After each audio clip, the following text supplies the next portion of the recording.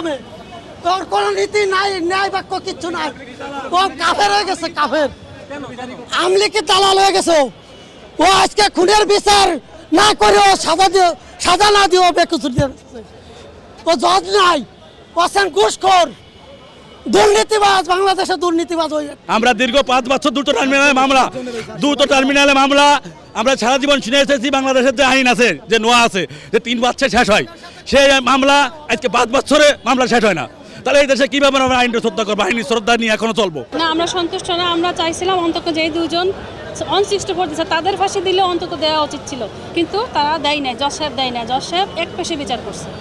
আমরা এই বিচার মানি না। আমরা কাজলের সহ আরো 5-6 জনের ফাঁসি চাই। আমি প্রত্যাশার রায় পাই নাই। আমরা উচ্চ আদালত করবো, আমরা রায় পাই না। আমরা মৃত্যুদণ্ড চেয়েছিলাম, সর্বোচ্চ রায় আমরা পাই নাই। এই জজ সাহেব ঘুষ খেয়ে এই আসামিদের পক্ষে সে রায় দিয়ে গেছে। কারণ আসামিও আওয়ামী লীগ, সেও আওয়ামী লীগ। শেখ হাসিনার আমলে বসানি সে কি করে আওয়ামী লীগরে সর্বোচ্চ সাজা দিতে পারে না, তাই সে আসামিদের পক্ষে রায় দিছে। কবিরুল হক মুক্তি ছিলেন লড়াইল এক আসনের, জজের বিরুদ্ধে আছে, জজ ঠিক মতো জাস্টিস করি নাই।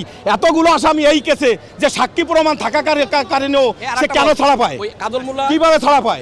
একাধিক হত্যা মামলার আসামি। আর কাজল মোল্লা 2026-3-93 2 মার্ডারের আসামি। সে কেস এখনো প্রক্রিয়া দেন রয়েছে হাইকোর্টে।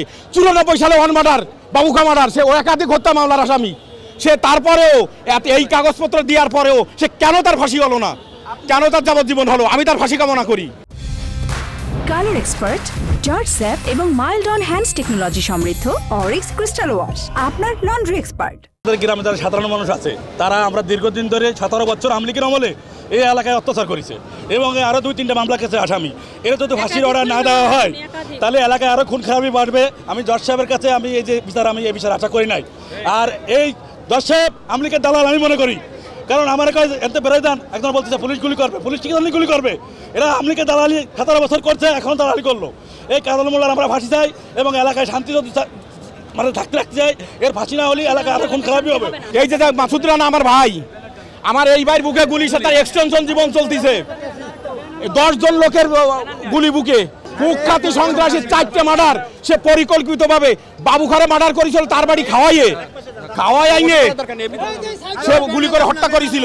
সে হচ্ছে কুখ্যাত সন্ত্রাসী, সে দর্শনকারী, বালুচ্চার দখলকারী, সে মার্ডারকারী। নড়াইল এক আসনের এমপি কবিরুল হক মুক্তি, তার নেতৃত্ব সব যত অপকর্ম করেছে, ওই মুক্তি হচ্ছে আসল, আর এই বাকি এগুলো পালিয়েছে। আমার অভিজ্ঞতা থেকে বলতেছি, এই মামলায় মোট 40 জন সাক্ষী আমরা বিজ্ঞ আদালতে রাষ্ট্রপক্ষ থেকে আমরা হাজির করেছি এবং 40 জন সাক্ষী এখানে সাক্ষ্য দিয়েছেন।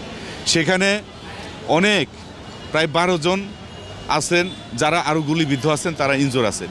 ইভেন একজন 3 বছরের একটা শিশু ইভা, সেও গুলিবিদ্ধ হয়েছেন।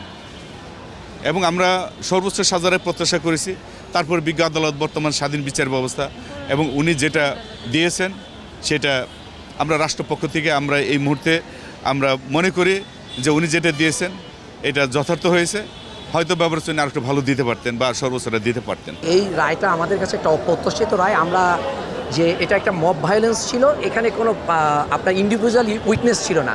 এটা একটা হলো ম্যানিপুলেট একটা জাজমেন্ট দিয়েছে সাবজুডিস মাইন্ডে, সাবকনসিয়াস মাইন্ডে, এবং উনি জুডিশিয়াল মাইন্ডে অ্যাপ্লাই করেন নাই। এর মধ্যে 6 জনকে যাবজ্জীবন দিয়েছেন, বিভিন্ন মেয়াদে 11 জন, বাদবাকি 21 জন আপনার খালাস পেয়েছে।